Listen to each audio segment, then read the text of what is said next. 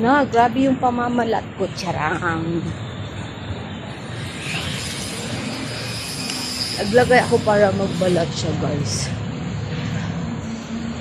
Ah, hala, nag-close na yung hang tent. Sayang. Wala na. Mura pa man sila yung isang araw. Nag-sale sila. $5 each items.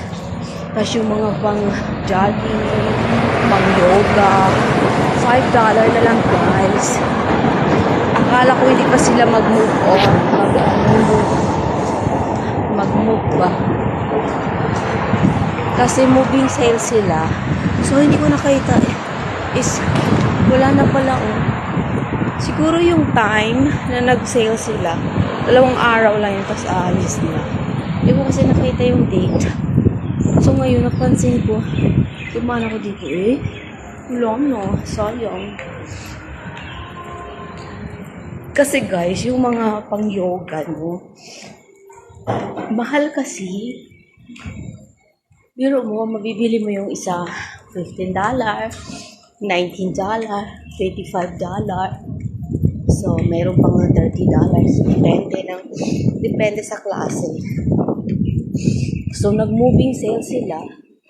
So, ginawang $5. Paano naman tayo makabili? Eh, yung moving sale nila is wala pa tayo dito. Eh, ngayon, padaan ako. Pwede naman bumili kahit 2. Eh, wala na siya na. Umalis na. Meron kasi akong gusto doon. Yung para sa yoga. Yung pants niya. Maganda kasi.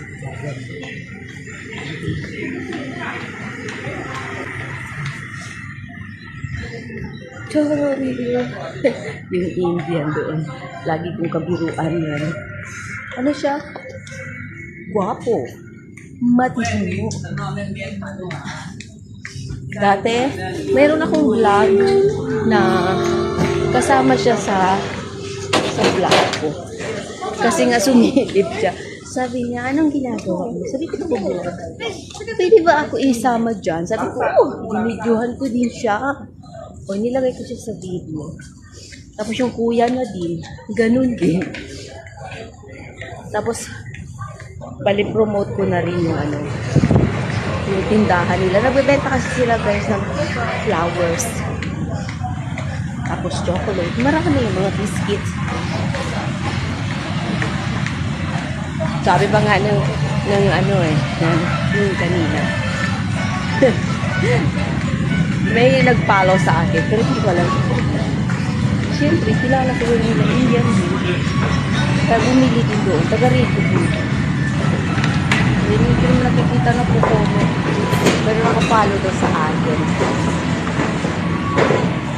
Wala naman akong content. Kung ano-ano lang. Randomly. O, diba? Kasi kung marunong content,